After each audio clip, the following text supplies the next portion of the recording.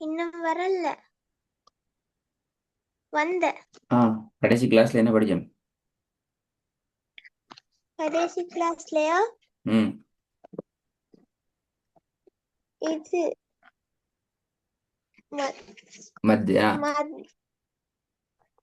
மத்து தானே? ம- ஓ சரி, இந்த வசனத்தை நஸ்தாயின் என்ற இடத்த ஃபர்ஸ்ட்டுக்கு இந்த வசனத்தை ஓதி காட்டுங்க பாப்போம். إياك نعبد وإياك نستعين. நஸ்தாயின்ல எத்தனை செகண்ட் விடணும்? எத்தனை அளவு விடணும்? 2 அல்லது 3 செகண்டா அளவா? செகண்ட். செகண்ட். ஏன் 2 அல்லது 3 செகண்ட் விடணும்?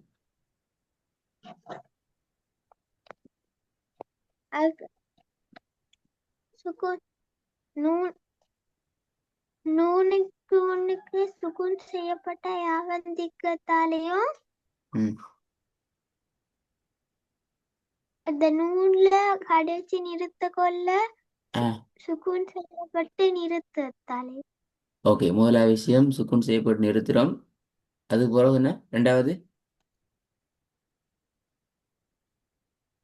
அடுத்து சுக்குன் செய்யப்பட்ட நூனுக்கு முன்னுக்கு சுக்குன் செய்யப்பட்ட அது யாவந்திக்கத்தால சுக்குன் செய்யப்பட்ட யா என்ன எழுத்து? அது மத்துடைய மத்தினுடைய எழுத்து யா. சரியா? ஃபைனலாக நாங்கள் அடுத்த பகுதிக்கு போகலாம். சரி, இப்போதான் நீங்கள் அடுத்த ஒரு பகுதிக்கு வரணும். உங்களுக்கு குர்ஆன்ல எந்த பக்கத்தை திறந்தாலும் எந்த பக்கத்தை எடுத்தாலும் எங்களால் என்ன செய்யணும்? திக்கி கொண்டு முட்டிக்கொண்டு மோதிக்கொண்டு இல்லாம, சரியா, ஃப்ளோவா சரளமா நாங்க ஓதி கொண்டு போகணும். இந்த நீட்டுதல் என்கிறத வச்சு, அதே மாதிரி நிப்பாட்டுற மெத்தட்டை யூஸ் பண்ணி எங்களுக்கு என்ன செய்யணும்? குர்ஆனை சரளமா ஓதி கொண்டு போகணும். அப்படி எங்களோட ஓதல் சரளமாக வரணும் என்றால், இடையில போயிட்டு திக்காம முட்டி மோதாம இருக்கணும் என்றால், எங்கட 2 உறுப்புகளால நாங்க ஓதணும். ஒண்ணு நான் கண்ணால ஓதணும். ரெண்டாவது நாங்க வாயாலையும் ஓதணும்.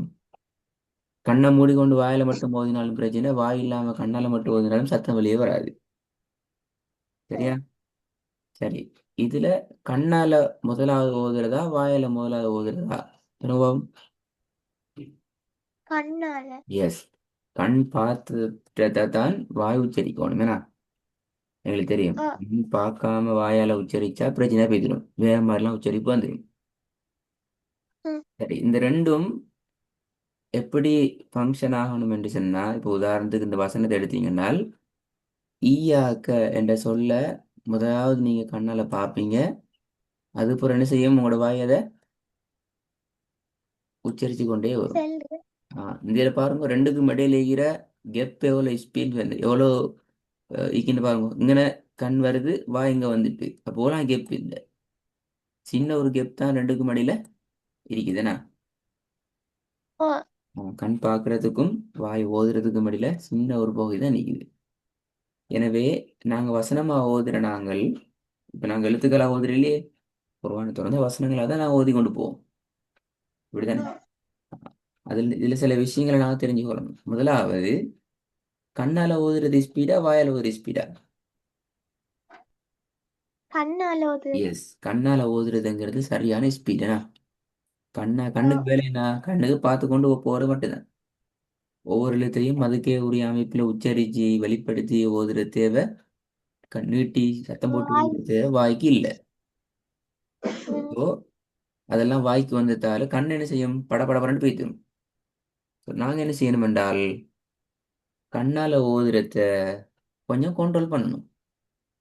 அப்பதான் எங்களோட வாய் உச்சரிக்கணும். அதுக்கு டைம் கொடுக்கணுமே. ஏன்னா அப்போ நாங்கள் வாயால் ஓதுற ஸ்பீடுக்கு தான் கண்ணை மாற்றணும். கண்ட ஸ்பீடு நான் போய் திடப்படாது. சரி, நான் உங்களுக்கு இன்றைக்கு முக்கியமான 4 விஷயம் சொல்லித் தருவேன். அதாவது எப்ப எங்களோட ஓதல் ஃப்ளோவா ஈக்காது, இடையில திக்கி முட்டி மோதி வருது என்கிறதுக்கான நியாயமான 4 காரணங்கள் சரியா? நீங்க என்ன செய்யணும் என்றால், இந்த சாப்டரை செக் பண்ணணும். எப்படி தெரியுமா? உங்களுக்கு அறிமுகமே இல்லாத பரிச்சயம் இல்லாத அறிமுகம் இல்லாத புதிய பக்கம் ஒன்றை திறந்து நீங்க சும்மா ஓதி பார்க்கணும். இந்த நீட்டத்தையும் வசனத்துல கடைசியில நிப்பாட்டுற மெத்தட்டையும் வச்சு உங்களுக்கு தெரிஞ்ச உச்சரிப்புகளை வச்சு நீங்க ஓதி பார்க்கணும். நீங்க நாங்க படிக்கிற அந்த நாலுல எந்த கேட்டகரிக்குள்ள நீங்க திக்கி முட்டி மோதுறீங்க, எந்த பகுதி உங்கள்ட்ட கஷ்டமாகுதுங்கிறத பார்க்கணும். சரி, நான் ஸ்டார்டிங் சொல்லிக் கொள்றேன். முதலாவது ஒன்றை ஒன்று முந்துதல். அப்படின்னா என்ன தெரியுமா? விளங்குதா என்னன்னு சொல்லி? இல்ல. ஆ, முதலாவது கண் தானே பார்க்கணும். ஓ. கண்ணால தானே முதலாவது ஓதணும். அதை தொடர்ந்து ஓ. தானே வாய் ஓதணும். ஓ. அது மாறிச்சுன்னா பிரச்சனை. வாயால முதலாவது உச்சரிச்சு கொண்டு ரெண்டாவது கண்ணால பார்த்தீங்கன்னு சொன்னா அடுத்தது என்னன்னு சொல்லி விளங்காது. வாய் எண்ணத்தையே ஓதி கொண்டு போகும், கண் வேற ஒன்று பார்த்து கொண்டு வரும். ஓத போற நேரத்துல முதலாவது கண்ணால தான் ஓதணும். அதை கண் ஓதினதை தான் வாய் உச்சரிக்கும். கண் பார்த்ததை தான் வாய் ஓதும். அப்ப உச்சரி. முதலாவது ரெண்டும் ஒன்றை ஒன்று முந்தப்படாது. கண் தான் முதலாவது ஓதப்பட வேண்டிய உறுப்பு. அதை தொடர்ந்து தான் வாய் உச்சரிக்கும். ரெண்டாவது குர்ஆனை ஓதுற சந்தர்ப்பத்தில் ரெண்டுக்கும் இடையில கெப் விடப்படாது. அப்படின்னா என்ன? ஈயாக்க என்று நீங்க ஓத ஆரம்பிக்கிறீங்க, உங்களோட கண் என்ன செய்யுது? நஸ்தைனை பார்த்து முடிச்சிட்டு. அப்போ புலோகத்துக்கும் இடையில உள்ள விஷயம் எங்களுக்கு சரியான உச்சரிப்பை முறையாக அவனை ஓதலை எதிர்பார்க்க முடியாது. ஏனென்றால் கண் பெய்திட்டு ஃபாஸ்டா. அப்போ இடப்பட்ட பகுதியெல்லாம் மறந்து பெய்திடும்.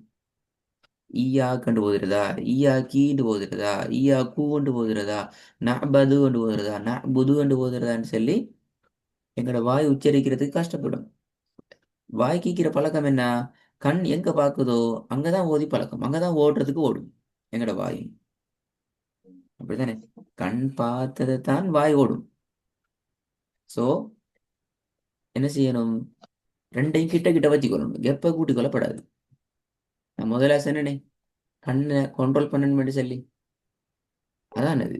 ஈயாக்கன்று நீங்க கண்ணல பாக்குறீங்கன்றால் அந்த ஈயாக்கையே ஓதிக்கொண்டே வாரது என்று ரெண்டு கிட்ட கிட்ட கொண்டு போகணும், தூரமாகிடப்படாது. இது ரெண்டாவது. ரெண்டுக்கும் இடையில கெப் கூடிச்சுன்னு சொன்னா என்ன நடக்கும்? எங்களோட ஓதல் சரளமாக வராது, ஃப்ளோவா ஓத மாட்டோம், இடையில திக்கி மூக்கி மாட்டுவோம். சரியா? மூணாவது மூணாவது கண்ணால ஓதுற ஸ்பீடுக்கு நாங்க வாயால ஓதுறோம். எப்படி?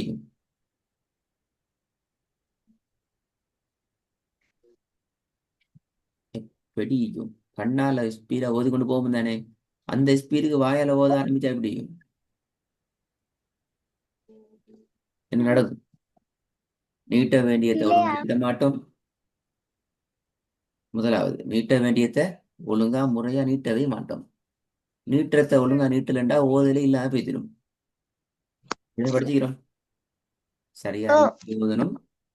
நீட்டுறது ஒழுங்கா வரலண்டா ஓத இல்லாம போய்த்திடும். இது மூணாவது.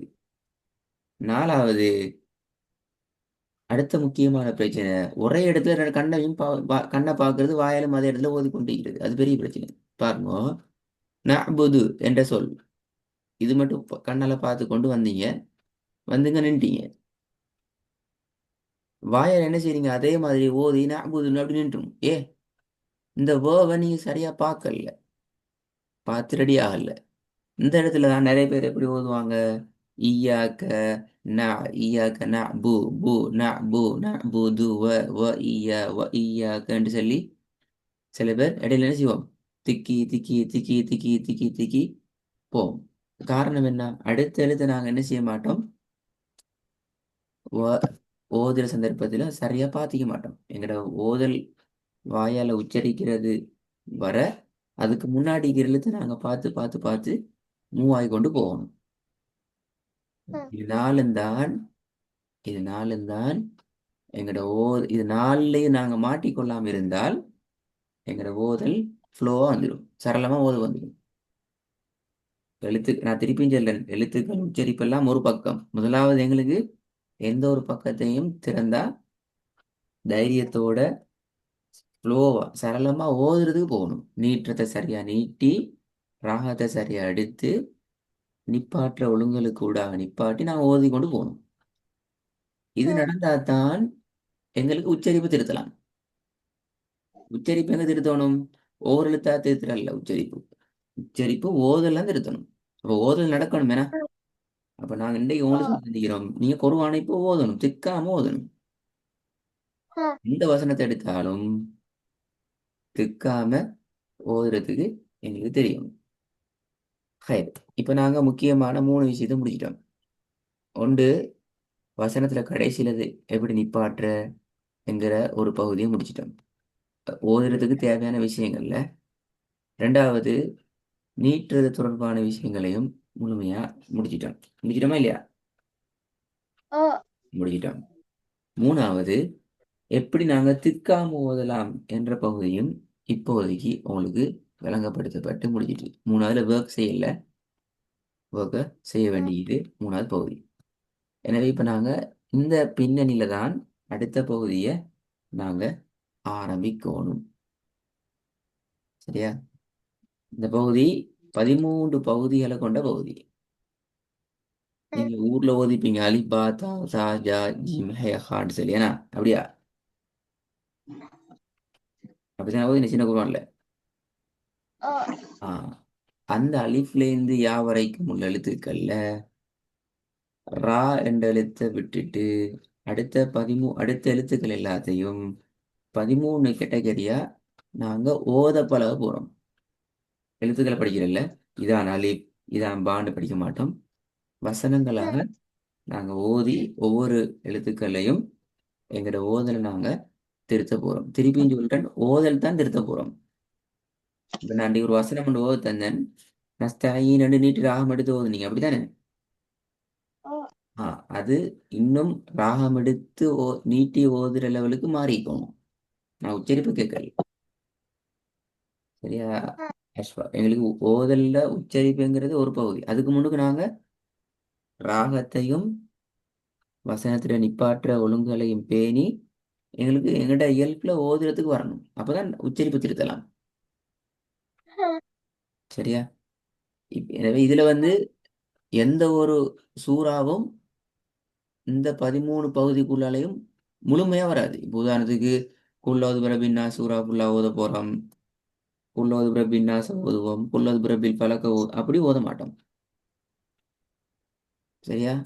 ஒவ்வொரு பகுதிக்கும் தேவையான வசனங்களை நாங்க செலக்ட் பண்ணி தந்து அதைத்தான் நாங்க என்ன செய்வோம், கிளாஸ்ல ப்ராக்டிஸ் பண்ணுவோம். அப்ப அதுக்கு என்ன செய்யணும்? உங்களுக்கு குர்ஆன்ல எந்த வசனத்தை எடுத்தாலும் இப்ப நான் படிச்ச சரளமாக ஓதுற விஷயம் தானே, அப்படி ஓத தெரிஞ்சுக்கணும். அப்பதான் இந்த பகுதியில எங்களுக்கு அழகா ஓதிடும். அல்லது நாங்க ஓத மாட்டோம், வாசிப்போம், திக்குவோம், முட்டுவோம், மோதுவோம். ஒரு நாளைக்கு ஒரே ஒரு வசனத்தை வச்சுக்கொண்டே பிணைஞ்சி பிணைஞ்சி பிணைஞ்சிக்கணும். சரி, எழுத்து உச்சரிப்பதற்கு திருத்துறது வேற விஷயம். ஆனா இடையில திக்கி நான் முட்டி நான் மோதினா நான் புதிய வசனத்தை கொண்டு போக மாட்டோம். சரியா? இப்போ உதாரணத்துக்கு சொல்றேனே, இப்போ இதுல அலிஃபை பத்தி படிப்போம். உதாரணம் இன்னைக்கு படிப்பிக்க மாட்டேன். உதாரணத்துக்கு சொல்றேன், இப்போ அலிஃபை பத்தி படிச்சேன்னு சொன்னா பாருங்க, அலிஃப்ல 2 வசனம் போட்டியும் இதுல. ரெண்டும் ஒரே சூறால 2 வசனமா? இல்ல. இல்ல. சரி, இப்போ இந்த ஸ்லைட பாருங்க, இதெல்லாம் ஒரே சூறால ஆகிக்குது. இல்ல. இல்ல, இங்க வாசிக்கப்படாது. மசாயில ஃபலா தன்ஹர் அன்சல்னா மினல் மூசிராத்தி மாஅன் சஜ்ஜாஜா இப்படி வாசிக்க இயலாது. ஏன்? நாங்க நீற்ற இடங்களை படிச்சுக்கிறோம், நிப்பாட்ட ஒழுங்கலை படிச்சுக்கிறோம். அந்த நீற்றத்தை யூஸ் பண்ணி நீங்க ராகமா எடுத்து ஓதுறது பழகணும். அது உங்களோட வேலை, எங்களோட வேலை அல்ல. உங்களோட சொந்த சுயமான வேலை தானே அது. ராகம்ங்கிறது இன்னொருத்தர பார்த்து கொப்பி அடிக்கிறது இல்லை. சரியா? உங்கள்ட்ட இருக்கிற ராகத்தை நீங்க எடுத்து ஓதினால் உங்களுக்கு குர்ஆன்ல திக்கிறது கன்செப்ட் வராது. நீங்க திக்காம ஓதுனீங்கன்றா இன்னொரு முக்கியமான இந்த பயன் பிரயோசனம் என்னென்றால், குர்ஆன்ல எந்த பக்கத்தை எடுத்தாலும் எங்களுக்கு ராகம் எடுத்து ஓதுற சந்தர்ப்பத்துல டயர்ட் ஆகாம ஓதிக்கொண்டே போகலாம். ரெண்டாவது, விருப்பத்தோட ஆசையோட ஓதலாம். அப்படிதான். சரியா? எப்ப எங்களுக்கு குர்ஆன் டயர்ட் ஆகும் அல்லது ஓதினது போதும் ஐடியா வரும் என்றால் நாங்கள் எப்போ குருவான ஓதுறதை விட்டுட்டு வாசிக்கிறதுக்கு மாறுறோமோ பட பட பட பரண்டு ராகம் ஒன்றும் இல்லாமல் ப்ராக்டிஸ் பண்ணுறோம், அங்கே நாங்கள் பிரச்சனைப்படுவோம். ரெண்டாவது, எங்கே நாங்கள் அடிக்கடி ம், திக்கி முட்டி மோதுறோமோ அங்கேயும் எங்களுக்கு என்ன செய்யும், நாங்கள் டயர்டாகி அப்பாடா ஒரு பக்கம் மோதிக்கிறோம், இது போதும், இந்த புதிய வசனம் நிறைய போதும் என்று சொல்லி நான் வந்துடுவோம். அது போல. ம், எனவே நீங்கள் குறைஞ்சது ஒரு 10 புதிய பக்கங்களை புரட்டி ஒவ்வொரு பக்கத்திலையும் மூன்று மூன்று லைன் சரி புதிய வசனங்களை ப்ராக்டிஸ் பண்ணிட்டு வந்திக்கணும். திக்குதலை பார்த்து நான் அடுத்த கிளாஸ்ல கேட்பேன். முதலாவது கேள்வி, இந்த திக்குதல் தொடர்பான விஷயத்துல உங்களுக்கு பிரச்சனை வந்த நாலுலையும் எந்த இடத்துல பிரச்சனை வந்து கேட்பேன். ம். அப்ப நீங்க அதுக்கு என்ன செய்யணும், ப்ராக்டிஸ் பண்ணி பார்த்துட்டு ஓதணும். ஓதி பார்த்துட்டு தான் தேடணும். அடையப்பா எனக்கு இதுல தான் பிரச்சனை வருது எங்கு என்று சொல்லி பார்த்துட்டு வரணும். நான் அதை செக் பண்ணுவேன். எப்படி, உங்களோட கேள்வி கேட்டுட்டு மட்டும் போக மாட்டேன். அதுக்கு பின்னால் என்ன செய்வோம், நாங்கள் குர்ஆன் வசனம் தான் ஓத போறோம் ஏன்னா. அப்போ எனக்கு விளங்கும் அஷ்பாக்கு இதான் பிரச்சனை, அஷ்பாக்கு இதான் பிரச்சனை, அஷ்பா வீட்டில் ஓதல்ல, இங்கே வந்து எங்களுக்கு கதை ஒன்று விட்டிக்கிறேன்னு சொல்லி விளங்கும். நான் ஓத வச்சேன். அதுக்கு முன்னால நான் தர விஷயம்தான் நீங்களாக ஓதி எனக்கு சொல்லணும். எனக்கு இதுல வந்து இந்த மூணாவது இருக்கிற கண்ணுண்ட ஸ்பீட்டுக்கு நான் ஓத ரெடி ஆகுறேன், வாயால ஓத ரெடி ஆகி போறேன், அடிக்கடி அப்படி மாறி போறேன்னு தான் எனக்கு போல விடுது. இப்படி உதாரணத்துக்கு இப்படி வந்து சொல்லணும். நான் ஓதி பார்த்தேன், எனக்கு இதான் பிரச்சனை என்று சொல்லணும். அப்படி இல்லை, நான் வேற எங்கேயோ பார்க்கிறேன், வேற எங்கேயோ இன்னொரு இடத்துல ஓதி கொண்டிருக்கிறேன், ரெண்டாவது உள்ள பிரச்சனை என்கிட்ட இருக்குது, இதனால தான் என் ஓதல் அடிக்கடி திக்குது முக்குது முட்டுதுன்னு சொல்லி எனக்கு சொல்லணும். இன்றையோட உருவான ஓதுறதுக்கு போற அந்த கேட்டை ஓப்பன் பண்றதுக்கு உள்ள விஷயம் எல்லாம் படிச்சு முடிஞ்சுச்சு. இதுக்கு பின்னால எங்கட கையில ஒன்றும் இல்லை, எல்லாம் நீங்க தான் ப்ராக்டிஸ் பண்ண போறீங்க, நீங்க தான் திருத்த போறீங்க. சரியா? ம். அப்போ அன்றைய படித்த விஷயத்தையும் பேசிட்டு ப்ரிப்பேர் ஆகிட்டு வாங்க, இன்ஷா அல்லாஹ் அடுத்த கிளாஸ்லேருந்து உருவான நாங்கள் எழுத்துக்களாக உச்சரித்து பழகுவோம். ம். நல்லது.